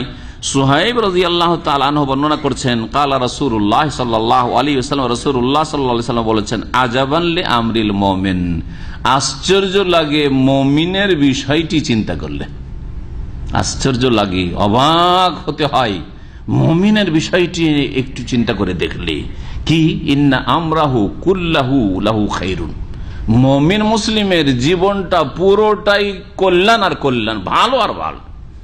মুমিনের সব অবস্থায় ভালো, সব অবস্থায় ভালো। পকেটে টাকা থাকলেও ভালো, না থাকলেও ভালো, সুস্থ থাকলেও ভালো, অসুস্থ থাকলেও ভালো। জি হ্যাঁ, সব অবস্থায় ভালো, সব অবস্থায় ভালো। এটা কারো জন্য নসিব হয় না, কারো ভাগ্যে জুটে না, একমাত্র মুমিনের ভাগ্যে জুটে। মুমিন সব সময় সুখী আর সুখী, সবসময় সুখী, সবসময় মুমিনের কল্যাণ হয়। কেমন করে? বলছে, ইন আসাবাতহু সাররা শাকার, মুমিনের যদি সুখের দিন আসে, আনন্দদায়ক দিন, হ্যাঁ, কোনো অভাব নেই, কোনো রোগ ব্যাধি নেই, কোনো টেনশন নেই, কোনো বালা মুসিবত নেই, আরামে জীবন যাপন করছেন, এইরকম যদি হয় তো মুমিনের জন্য কল্যাণ করে। এটাও ভালো। কেমন করে? মুমিন কি করে? শুকরিয়া আদায় করে, আলহামদুলিল্লাহ, সবসময় আলহামদুলিল্লাহ পড়ে।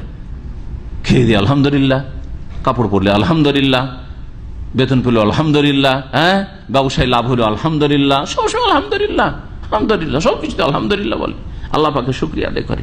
আর শুকরিয়া আদায় করলে নিয়ামত স্থায়ী হয় আর নিয়ামত বৃদ্ধি হয়। লা ইন শাকারতুম লা আযীদান্নাকুম, আল্লাহ বলছেন শুকরিয়া আদায় করলে আল্লাহ কি করবেন?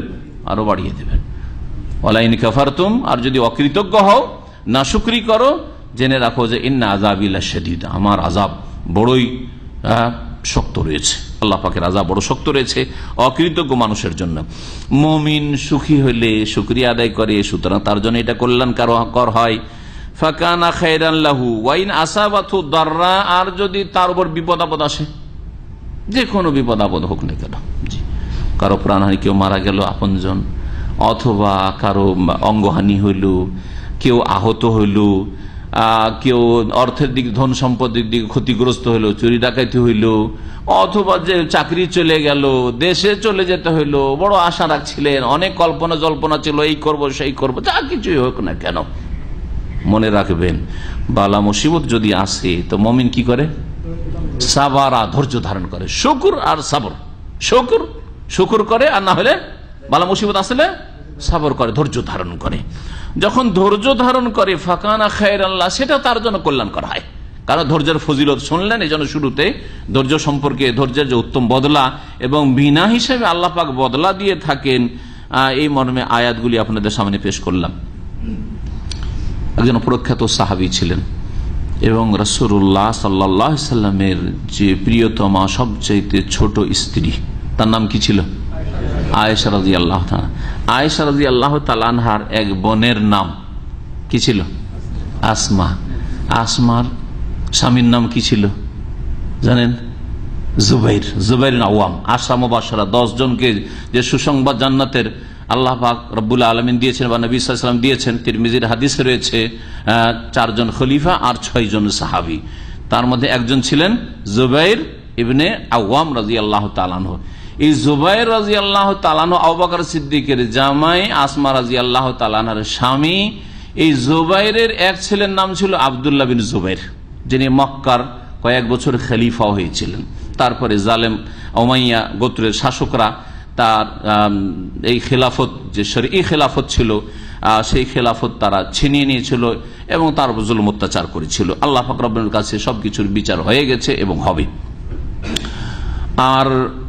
আর এক ছেলে ছিলেন বড়ই মুহাদ্দিস, বড় আলেম ছিলেন, তিনি উরওয়া ইবনে জুবাইর রাদিয়াল্লাহু তাআলা। আব্দুল্লাহ ইবনে জুবাইর আর আরেকজন উরওয়া ইবনে জুবাইর। এই উরওয়া ইবনে জুবাইরের গল্প শোনাই, কত বড় যে বালা মুসিবত তার উপর এসেছিল, কিন্তু কত যে ধৈর্য ধারণ করেছেন, তারপরে শুকরিয়া আদায় করেছেন। শুনেন তার জীবনী সম্পর্কে। বলছেন যে উরওয়া ইবনে জুবাইর রাদিয়াল্লাহু তাআলা আনহুর পা পচতে লাগে। সুবহানাল্লাহ, পা খেতে পচন ধরে, পা খেয়ে যাচ্ছে, পা নষ্ট হয়ে যাচ্ছে। যদি এই অবস্থায় ছেড়ে দেওয়া হয় তো গোটা শরীর পচে শেষ হয়ে যাবে, গোটা শরীর শেষ হয়ে যাবে। তখন ডাক্তাররা সেই যুগের বলল যে পাকে কেটে ফেলে দিতে হবে, রান থেকে নিয়ে পাকে কেটে ফেলে দিতে হবে, পাকে কেটে ফেলে দিতে হবে, যাতে করে এই রোগ গোটা শরীরে সংক্রমণ না করে যায়। ফাকতিয়াত, পা কেটে ফেলে দেওয়া হইল। আল্লাহ তাআলা, সুবহানাল্লাহ, আল্লাহর যে ইচ্ছা পরীক্ষার। যেই দিন পা কাটা হয়েছে সেই দিনে আরেক দুর্ঘটনা ঘটেছে তার। সেই দিনে আহাব্বা আওলাদিহি ইলাইহি ফিল ইয়াউমি যাতি, ওই দিনে তার সবচেয়ে প্রিয় এক ছেলে ছিল, সেই ছেলে মারা যায়। এদিকে পা কাটার বিষ আর কষ্ট, মানসিক শারীরিক, আর সেই দিনই সবচাইতে ভালোবাসার আদরের যে ছেলে, সেই ছেলের ইন্তেকাল হয়ে যায়। সুবহানাল্লাহ, পরীক্ষার উপর পরীক্ষা, পরীক্ষার উপর পরীক্ষা। আশ্চর্য হয়ে যাবেন আপনি। তাও কে?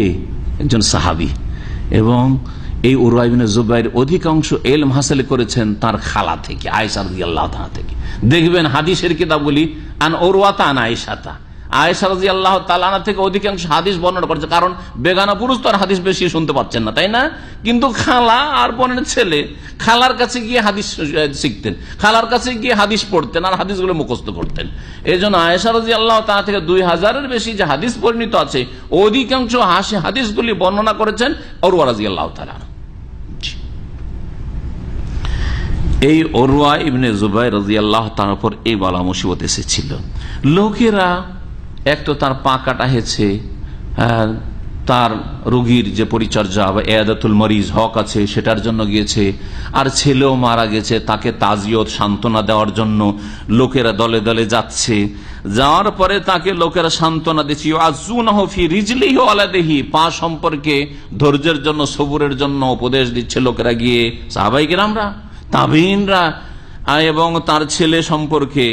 সেই সময় তিনি কোন রকমের অধৈর্য না, সুবহানাল্লাহ, বলছেন আল্লাহুম্মা লাকাল হামদ। কি বলছেন? আল্লাহুম্মা লাকাল হামদ, আল্লাহ তোমার যাবতীয় প্রশংসা, তোমার শুকরিয়া আদায় করছি। সুবহানাল্লাহ। কানু সাবআতান ফাআখাযতা ওয়াহিদান, আমার 7 ছেলে ছিল, একটা তুমি নিয়েছো, আলহামদুলিল্লাহ আরো 6টা বাঁচিয়ে রেখেছো। দেখছেন, এটা হচ্ছে শুকরিয়ার দিক, যে আলহামদুলিল্লাহ 7 ছেলে ছিল, একটা নিয়েছো, 6টা আছে, এখন 6 ছেলে এখন আছে।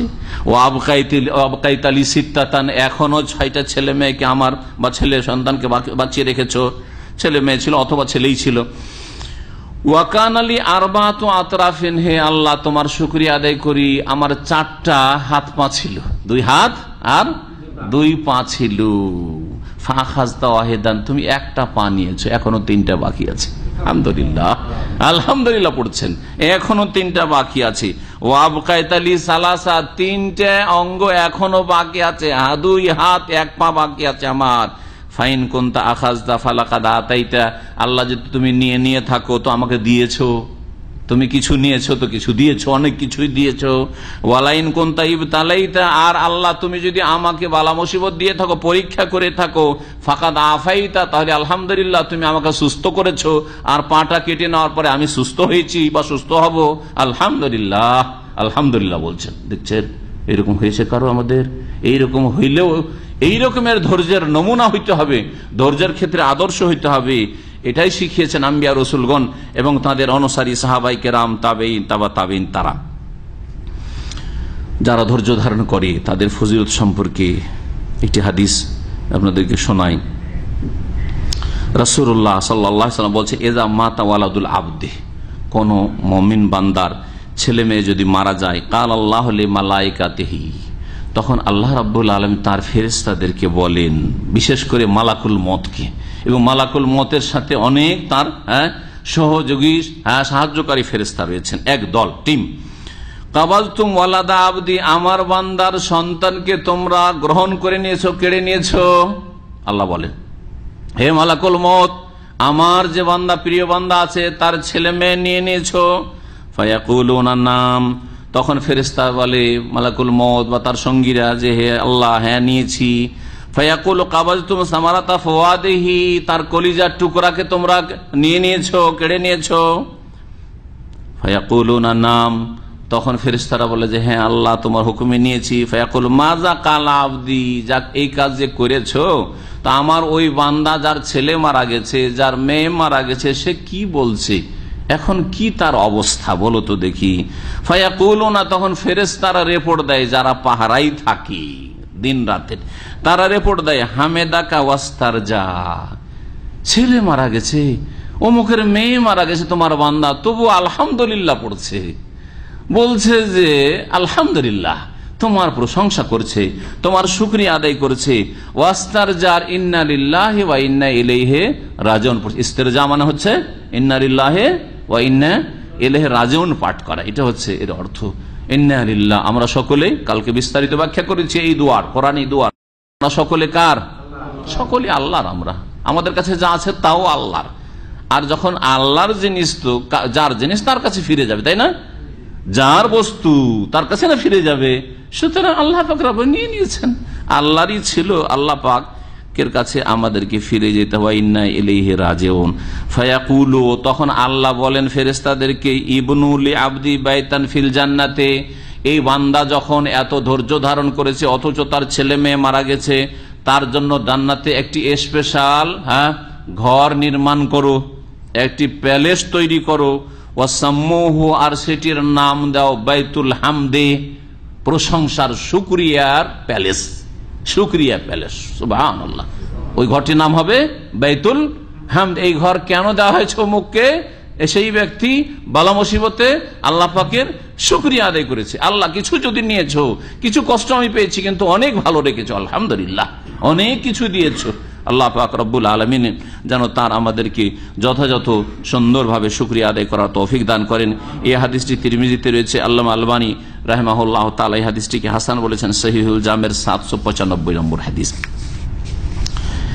বালা মুসিবতের ফজিলত সম্পর্কে অনেক হাদিস রয়েছে, সংক্ষেপে আরো কিছু হাদিস শোনাই। আবু হুরায়রা রাদিয়াল্লাহু তাআলা আনহু থেকে বর্ণিত, রাসূলুল্লাহ বলেছেন, মান ইউরিদিল্লাহু বিহি খায়র, আল্লাহ যার সাথে মঙ্গলের ইচ্ছা করেন, ইউসিব মিনহু, তার উপর বিপদ আপদ দেন, তার উপর বিপদ আপদ আসে। বিপদ আপদ যার উপর আসে, তার সাথে আল্লাহ তাহলে কি ইচ্ছা করেন? তার মঙ্গল, কল্যাণের ইচ্ছা করেন, তার মন্দ ইচ্ছা করেন না, তার খারাপই আল্লাহ পাক রব্বুল আলামিন চান না। এই ছিল হাদিস, যেটি সহিহ বুখারীতে রয়েছে। আরো আবু হুরায়রা রাদিয়াল্লাহু তাআলা বর্ণনা করছেন যে রাসূলুল্লাহ সাল্লাল্লাহু আলাইহি ওয়াসাল্লাম বলেন, ইন্নার রাজুলা লা তাকুনু লাহু ইনদাল্লাহিল মানজিলা, কোন মানুষের আল্লাহর কাছে একটা উঁচা মর্যাদা আগে থেকেই তার ভাগ্যে লেখা আছে। ফামা ইয়াবলুগহা বিআমালিন, কিন্তু আমল করে অত উপরে পৌঁছিতে পারছে না। ফালা ইয়াজারুল্লাহু ইয়াবতালিহি বিমা ইয়াকরাহু, তার মনের উল্টা বিভিন্ন বালা মুসিবত আসতে থাকে। কেউ বালা মুসিবত চায় না, চাই নাকি? ইচ্ছা করে কেউ বিপদ আপদ নিবেন, কিন্তু চলে আসলে হ্যাঁ, এটা অসুবিধা নেই। কোন মানুষ যতই আল্লাহর নেক বান্দা হোক, নিজে থেকে চেয়ে নেবে না যে আল্লাহ আমাকে রুগী করে দাও, হ্যাঁ আমাকে বিপদ আপদে ফেলে দাও, এটা চাইতে বলেননি আল্লাহ পাক, চাইতে বলেননি। কিন্তু চলে আসলে কি করতে হবে? ধৈর্য ধরতে হবে, ধৈর্য ধরতে হবে। আমল দিয়ে যখন পৌঁছিতে পারছে না, তখন আল্লাহ পাক তাকে পরীক্ষা করতে থাকেন, বালা মুসিবত দিতে থাকেন। হাত্তা ইউবাল্লিগাহু ইয়াহা, এমনকি সেই ব্যক্তিকে আল্লাহ পাক এই বালা মুসিবত মাধ্যমে উঁচা মর্যাদা পর্যন্ত পৌঁছিয়ে দেন। হাদিসটি মুসনাদে আবু ইয়ালাতে রয়েছে এবং হাদিসের সনদ আল্লামা আলবানী সহিহ বলেছেন। রাসূলুল্লাহ সাল্লাল্লাহু আলাইহি ওয়াসাল্লাম আরো বলেছেন, ইন্নাল আবদা ইযা সাবাত কাতলাহু মিনাল্লাহি মানজিলা, আল্লাহর পক্ষ থেকে কোনো বান্দার যখন মর্যাদা, আগেই মর্যাদার ঘোষণা হয়ে যায়, লাম ইয়াবলুগহা বিআমালিহি, সেটাতে তার আমল দ্বারা পৌঁছিতে পারে না, ইবতালাহুল্লাহ ফি জাসাদিহি, তখন তার শরীরের ক্ষয়ক্ষতি হয়। কোন জায়গায় হাত পা ভেঙে গেল, হ্যাঁ, কোন জায়গায় জখম হয়ে গেল, আহত হইল, আফি মালি অথবা ধন সম্পদের ক্ষয়ক্ষতি হলো, আফি ওয়ালাদি অথবা ছেলে মেয়েদের ক্ষয়ক্ষতি হয়ে গেল। আপনার হইলো না অ্যাক্সিডেন্ট, কিন্তু আপনার ছেলের হয়ে গেল, জি হ্যাঁ, ওর মাধ্যমে আপনি কষ্ট পেলেন একটু, আপনার ছেলে কোন রকমের বিপদ আপদে পড়লো ইত্যাদি। সুম্মা সাব্বারাহু আলা যালিক, তারপরে সেই ব্যক্তিকে আল্লাহ পাক ধৈর্য ধরার তৌফিক দান করেন, হাত্তা ইউবাল্লিগাল মানজারাত আল্লাতী সাবাকাত লাহু মিনাল্লাহি তাআলা, আল্লাহর পক্ষ থেকে যে অগ্রিম যে আল্লাহ পাক তাকদীরে তার রেখেছেন, তার এই মর্যাদা, সেই মর্যাদায় আল্লাহ পাক পৌঁছে দেন। এই হাদিসটা আবু দাউদে রয়েছে, আল্লামা আলবানী হাদিসটিকে সহিহ বলেছেন। আরো হাদিস শুনে আবু সাঈদ খুদরী রাদিয়াল্লাহু তাআলা আনহু থেকে এমন অনেকগুলি হাদিস রয়েছে।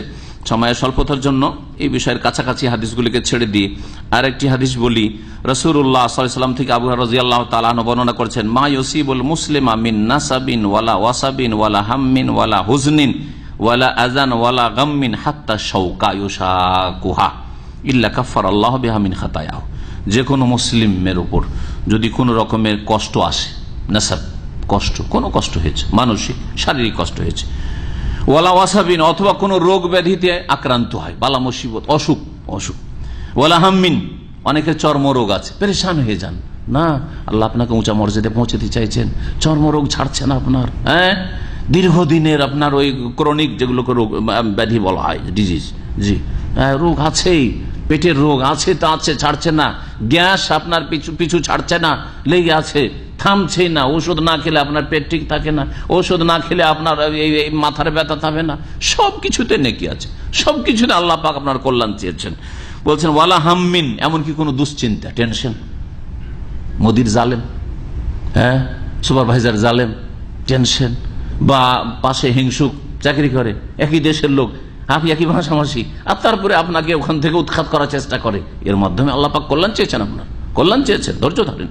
ওয়ালা হুজনিন অথবা কোনো শোক, ওয়ালা আজান অথবা যে কোনো কষ্ট, ওয়ালা গাম্মিন যে কোনো রকমের এইরকম বিপদ আপদ, দুশ্চিন্তা, হাত্তা শাওকা এমনকি রাস্তা দিয়ে চলতে চলতে একটা কাঁটা লেগে গেল, হোঁচট খেয়ে পড়ে গেলেন, কোনো ইটপাট খেলে কিছুটি, যা কিছু হোক না কেন, এতে কি হয়, ইল্লা কাফফারাল্লাহু বিহা মিন খাতায়াহু, এই সব বালা মুসিবত বিপদ আপদের মাধ্যমে আল্লাহ পাক কি করেন, ওই ব্যক্তির গুনাহগুলিকে মোচন করে দেন, কাফারা, গুনার কাফারা হয়ে যায়। এই হাদিস সহিহ বুখারীতে রয়েছে, সহিহ বুখারীর হাদিস। আম্বিয়া রাসূলগণ বালা মুসিবত আসলে অসন্তুষ্ট হইতেন না, রাগ করতেন না, হ্যাঁ, আজকালকার পীরদের জীবনী পড়লে দেখা যায় যে আল্লাহ রাব্বুল আলামিন এমন কিছু করেছেন যেটা তার মনের উল্টা, তখন আল্লাহকে রাগ দেখায়, হ্যাঁ, শুনেছেন না শোনেননি, পড়েছেন না পড়েননি, হ্যাঁ, ওই যে ছেলেটাকে, ওই নাতিটাকে নিয়েছিল, সেখানে ওই বেয়াদব কি বলছে, আল্লাহর আন্দাজ নেই, একটা নাতি যে রুজি রোজগার করছিল সেটাই নিয়ে গেছে, হ্যাঁ, কম বেজনি দিল, জিন্দা করে জীবিত করে দিল, কম বেজনি বলে, এত বড় কুফরি কথা, এত বড় স্পর্ধা যে আল্লাহর আন্দাজ নেই, এরপর আর কোন কুফরি হইতে পারে? এই কথা যদি কোনো হিন্দু বলতো তাহলে মারামারি শুরু করে দিতেন, ওকে দেশ থেকে তাড়িয়ে দিতেন, বাংলাদেশ থেকে, তাই না? একটা যদি খ্রিস্টান বলতো তাকেও কি করতেন, কিন্তু শুধু মুসলিম না, এরা অলিউল্লাহ যাইত, এরা নাকি নিজেরা অলিউল্লাহ, আউযুবিল্লাহ, শয়তানের অলি, এরা অলিউল্লাহ না, অলিউ শয়তান, এরা শয়তানের অলি, যারা বলছে আল্লাহর আন্দাজ নেই, কুম্বেজনি, আমার হুকুমে ওঠো, আল্লাহর হুকুম না হইলে কি হবে, আমার হুকুমে ওঠো, জিন্দা হও, এরা হচ্ছে শয়তানের অলি, জি, সব শয়তান প্রকৃতি।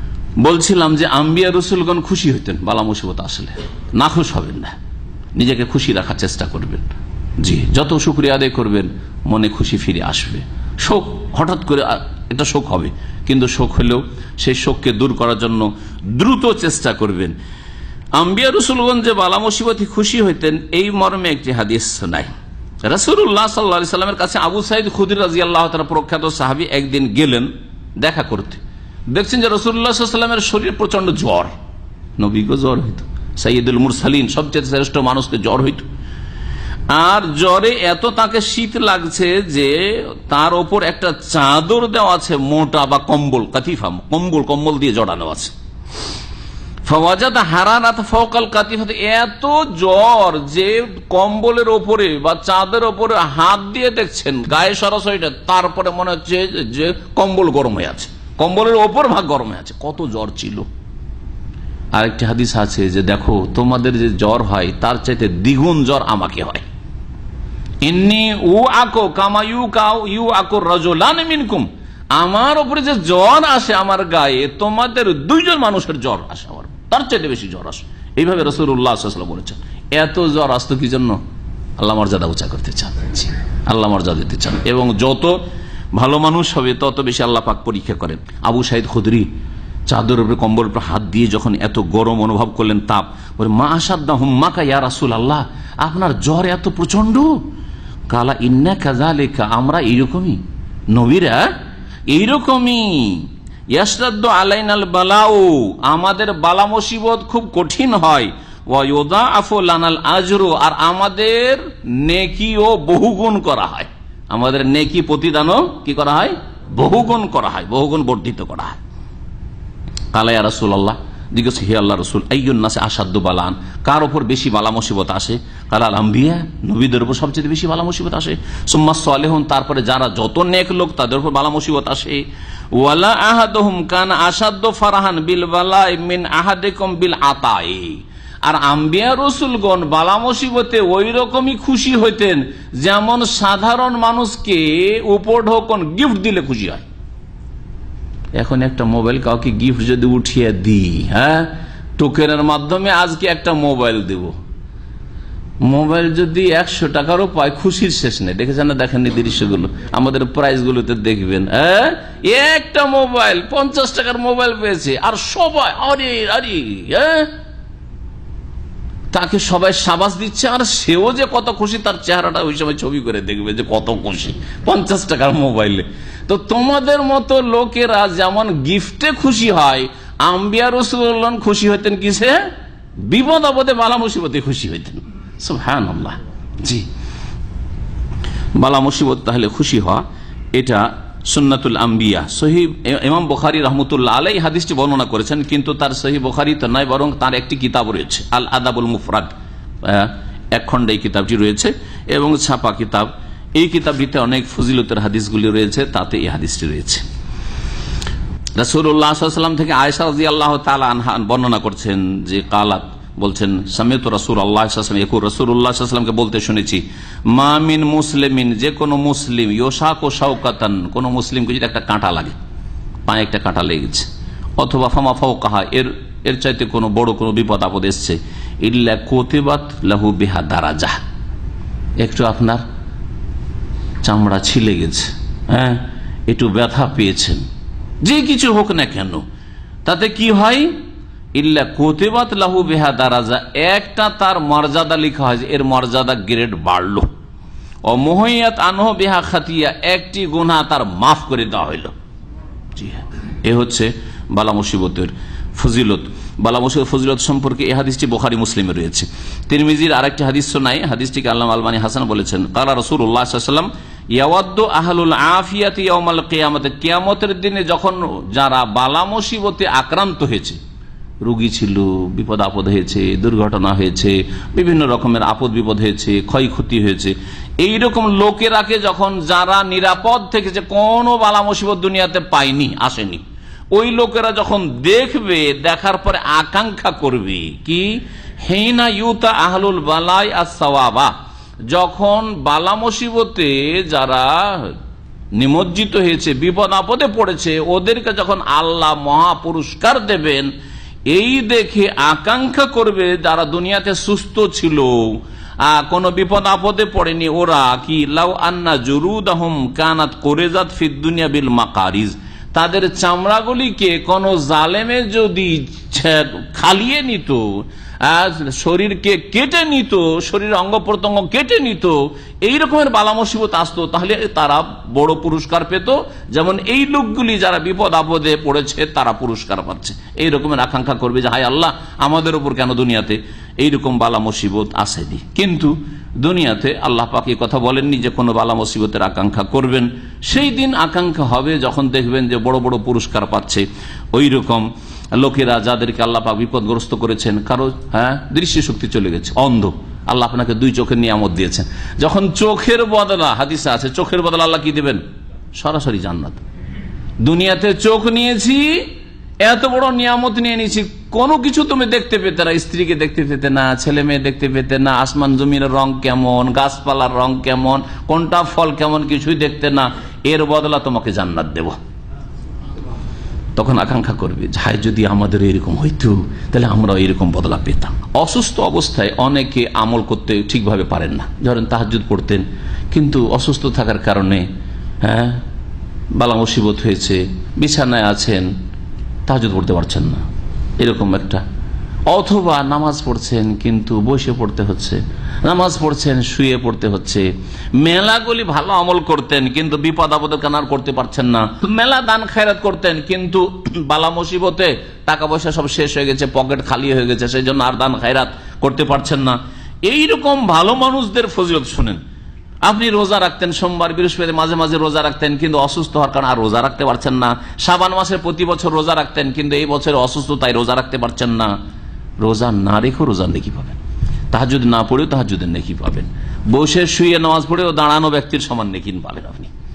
শোনেন এই মর্মে আবু মুসা আশআরী রাদিয়াল্লাহু তাআলা বর্ণিত সহিহ বুখারীতে হাদিস রয়েছে, তাআলা রাসূলুল্লাহ সাল্লাল্লাহু আলাইহি ওয়াসাল্লাম ইযা মারিযাল আবদু, বান্দা যখন অসুস্থ হয়ে পড়ে, আও সাফারা, অথবা সফরে চলে যায়, সফরে বিদেশে চলে গেছে, সেই জন্য সেখানে ঘুম পুরা হয় না আর তাহাজ্জুদটা পড়তে পারে না, সফরে থাকার কারণে রোজাগুলি রাখতে পারছে না, শাবান মাসে সফর করতে হচ্ছে, কোম্পানি পাঠিয়ে দিয়েছে ডিউটিতে, যা এখান থেকে জিদ্দা কাজ করে আয়, কাউকে বলছে যা তুই রিয়াজে কাজ করে, তুই কাল আল কাসিম চলে যা, অমুক জায়গা চলে যা। এখন আপনি সফর আছেন, যার ফলে রোজা রাখতে পারছেন না। দামামে থাকলে, এখানে থাকলে হয়তো বাড়িতে আপনি রাখতে পারতেন। যদি এইরকমটা হয়, কুতিবা লাহু মিসলা মা কানা ইয়ামালু মুকিমান সাহিহান, যদি অসুস্থ হয়ে যায় অথবা সফরে চলে যায়, যে আমলগুলি বাড়িতে থাকা অবস্থায়, মুকিম অবস্থায় আর সুস্থ অবস্থায় করত, সমস্ত আমল নেকিগুলি তার আমলনামাতে লেখা হবে, আমলনামাতে লেখা হবে। সুতরাং অসুস্থ হলে আপনি যদি ফরজটা আদায় করে দেন, সুন্নতগুলি নেকি এমনি পাবেন। হয়তো সুন্নত পড়তে কষ্ট হচ্ছে, উঠতে বসতে কষ্ট হচ্ছে, বা কিছু সুন্নত পড়লেন না আপনি শুধু ফরজটা পড়ে দিতে হবে। যতক্ষণ হুঁশ আছে ফরজ নামাজে মাফ নেই। 17 রাকাত নামাজ 5 ওয়াক্ত ওয়াক্ত মোতাবেক আপনাকে আদায় করে দিতে হবে। অসুস্থ ব্যক্তিকে যখন দেখবেন বা কোনো ব্যক্তি এরকম বিপদ আপদে রয়েছে, তার সামনে এসে একটি দোয়া পড়বেন, তাহলে আল্লাহ পাক তাকে দ্রুত সুস্থ করবেন। এই দোয়াটি আমাদের মুখস্থ করা উচিত, যাদের মুখস্থ নেই, আর যাদের মুখস্থ আছে আমল করা উচিত, কারণ আমলে আমাদের ত্রুটি। অনেক ভাইয়ের মুখস্থ আছে কিন্তু পড়েন না, পড়বেন আপনি। হাসপাতালে কতবার আপনি ধরেন এই রোগী ভাইদেরকে দেখতে গেলেন না, কিন্তু হয়তো দোয়া পড়ছেন না, মুখস্থ আছে পড়ছেন না, অথবা মুখস্থই নাই আপনার। না, উচিত আপনার মুখস্থ করা একজন মুসলিম হিসাবে। এই দোয়াটি আপনাদেরকে শেখায়। ইবনে আব্বাস রাদিয়াল্লাহু তাআলা আনহু থেকে বর্ণিত, তিনি বলছেন, মান আদা মারিজান, কেউ যদি কোনো রোগীকে দেখতে যায়, লাম ইয়াহদুরু আজালহু, যার মৃত্যুর সময় এখনো ঘনিয়ে আসেনি, মৃত্যুর সময় চলে আসলে তার ভালো হবে না সে, কিন্তু সে সুস্থ হবে সম্ভাবনা আছে, এখনো মৃত্যুর সময় আসেনি। ফাকালা ইনদাহু সাবআ মারাতিন, তার মাথার সামনে, তার পাশে দাঁড়িয়ে যান আর 7 বার করে এই দোয়াটি পড়েন। কি দোয়া? কে পড়তে পারেন? আসআলুল্লাহ আল আযীম রব্বাল আরশিল আযীম আইয়াশফিয়াকা, জি, আসআলুল্লাহ আল আযীম, আমি মহান আল্লাহর কাছে যাচ্ছা করি, কামনা করি, রব্বাল আরশিল আযীম, যিনি মহান আরশের অধিপতি মালিক, কি আইয়াশফিয়াকা, যেন তোমাকে আল্লাহ আরোগ্য দান করেন, শিফা দান করেন। আপনার ছেলে হোক, আপনার স্ত্রী হোক, বাড়ি থেকে আমল শুরু করেন না আপনি। আপনার স্ত্রী অসুস্থ আছে, অনেকে দূরে আছেন, হয়তো দেশে, আপনি যেতে পারছেন না, আপনি টেলিফোনে বলতে পারেন না আসআলুল্লাহ আল আযীম রব্বাল আরশিল আযীম আইয়াশফিয়াক। ছেলে অসুস্থ আছে, আপনি এখান থেকে টেলিফোনে বলছেন ছেলে কে আসআলুল্লাহ আল আযীম রব্বাল আরশিল আযীম আইয়াশফিয়াক, করা যেতে পারে না? টেলিফোনের যুগে এইভাবে হাদিসের উপর আমল করতে হবে, যেখানে কাছে থাকতে পারছেন না। আর যদি কাছে থাকেন, রোগীর কাছে যেতে পারেন, তাহলে রোগীর পাশে দাঁড়িয়ে এই দোয়া যদি পড়েন, ইল্লা আফাহুল্লাহু মিন যালিকাল মারাজে, তাহলে সেই রোগীকে আল্লাহ পাক সুস্থ করে দেবেন, সেই রোগীর রোগ নিরাময় হবে। আবু দাউদ তিরমিজির হাদিস, হাদিসটিকে আল্লামা আলবানী সহিহ বলেছেন। আরেকটি দোয়া পড়বেন রোগীর পাশে, সেটা হচ্ছে সান্ত্বনা দেওয়ার জন্য, লা বাসা তাহুরুন ইনশাআল্লাহ। এই হাদিসটি বুখারীতে রয়েছে। রাসূলুল্লাহ সাল্লাল্লাহু আলাইহি ওয়াসাল্লাম একবার এক বেদুইন অসুস্থ ছিল, তাকে দেখতে গেলেন। বেদুইনকে দেখতে যেতেন, যাযাবর, তাকেও দেখতে যেতেন অসুস্থ রাসূলুল্লাহ সাল্লাল্লাহু আলাইহি ওয়াসাল্লাম। ওয়াকানা ইযা দাখালা আলা মান ইয়াউদুহু, যে কোনো রোগীকে দেখতে গেলে রাসূলুল্লাহ সাল্লাল্লাহু আলাইহি ওয়াসাল্লাম যখনই সেখানে প্রবেশ করতেন রোগীর কাছে বলতেন লা বাস, কোনো অসুবিধা নেই, কোনো চিন্তা করিও না, লা বাস, কোনো চিন্তা করিও না, তাহুরুন ইনশাআল্লাহ, আরোগ্য লাভ করবে আল্লাহ চাইলে। তাহুরুন মানে পাক পবিত্র হয়ে যাবে, মানে রোগ মুক্ত হয়ে যাবে ইনশাআল্লাহ। রাহুল বুখারী। রাসূলুল্লাহ সাল্লাল্লাহু আলাইহি ওয়াসাল্লাম আরেকটি দোয়া শিখেছেন। জিবরাইল আলাইহিস সালাম একবার নবী করিম সাল্লাল্লাহু আলাইহি ওয়াসাল্লাম অসুস্থ ছিলেন, জিবরাইল দেখতে আসলেন। সুবহানাল্লাহ, রাসূলুল্লাহ সাল্লাল্লাহু আলাইহি ওয়াসাল্লাম জিবরাইল দেখতে আসছেন। আসার পরে বলছেন ইয়া মুহাম্মদ, হে মুহাম্মদ সাল্লাল্লাহু আলাইহি ওয়াসাল্লাম, ইশতাকাইত, আপনি অসুস্থ হয়ে পড়েছেন? কালা নাম, নবী সাল্লাল্লাহু বললেন হ্যাঁ আমি অসুস্থ। কালা, তখন জিবরাইল আলাইহিস সালাম এই দোয়া পড়েছেন, বিসমিল্লাহি আরকিকা, আল্লাহর নামে আপনাকে আমি দম করছি, রুকিয়া করছি। রুকিয়া করা বুঝেন, মানে ফুক দিচ্ছি আর কি। দম করা মানে কি? হ্যাঁ, ফুক দেওয়া, জি, দোয়া পড়ে ফুক দেওয়া। মিন কুল্লি শাইইন ইউজিকা, প্রত্যেক এমন বস্তু থেকে যেই বস্তু আপনাকে কষ্ট দিয়ে থাকে। মিন শাররি কুল্লি নাফসিন, আর প্রত্যেক ব্যক্তির অনিষ্ট থেকে। আও আইনিন হাসিদিন, প্রত্যেক হিংসুক চক্ষু থেকে, মানে বদনজর থেকে। আল্লাহ ইয়াশফিকা, আল্লাহ যেন আপনাকে শিফা দান করেন, আরোগ্য দান করেন। বিসমিল্লাহি আরকিকা, আবার শেষ করে বলতেন বিসমিল্লাহি আরকিক, আল্লাহর নামে আপনাকে রুকিয়া করছি, ঝাড়ফুঁক করছি, দম করছি। এই ছিল রাসূলুল্লাহ সাল্লাল্লাহু আলাইহি ওয়াসাল্লামের হাদিস, সহিহ মুসলিমের। আর কথা লম্বা না করে এখানে আজকের আলোচনা শেষ করছি। আল্লাহ পাক রব্বুল আলামিন যেন আমাদেরকে যতদিন রাখবেন সহি সালামত রাখেন, বালা মুসিবত থেকে হেফাজতে রাখেন। আল্লাহ পাক আমাদেরকে আফিয়াতের সাথে নিরাপদ রাখেন। আল্লাহ পাক রহমান সমস্ত রকমের দিনের, দুনিয়ার, শারীরিক, পারিবারিক, আর্থিক সমস্ত রকমের দুর্দিন থেকে, ফিতনা থেকে, বালা মুসিবত থেকে আল্লাহ পাক যেন বাঁচিয়ে রাখেন। আর যদি কখনো বালা মুসিবত চলে আসে, আল্লাহ পাক ধৈর্য ধারণের তৌফিক দান করেন। আল্লাহর নিয়ামত সুখের ওপর সুন্দরভাবে শুকরিয়া আদায় করা তৌফিক দান করেন। আর দুঃখের সময়, বালা মুসিবতের সময় ধৈর্য ধারণ আল্লাহ পাক তৌফিক দান করেন।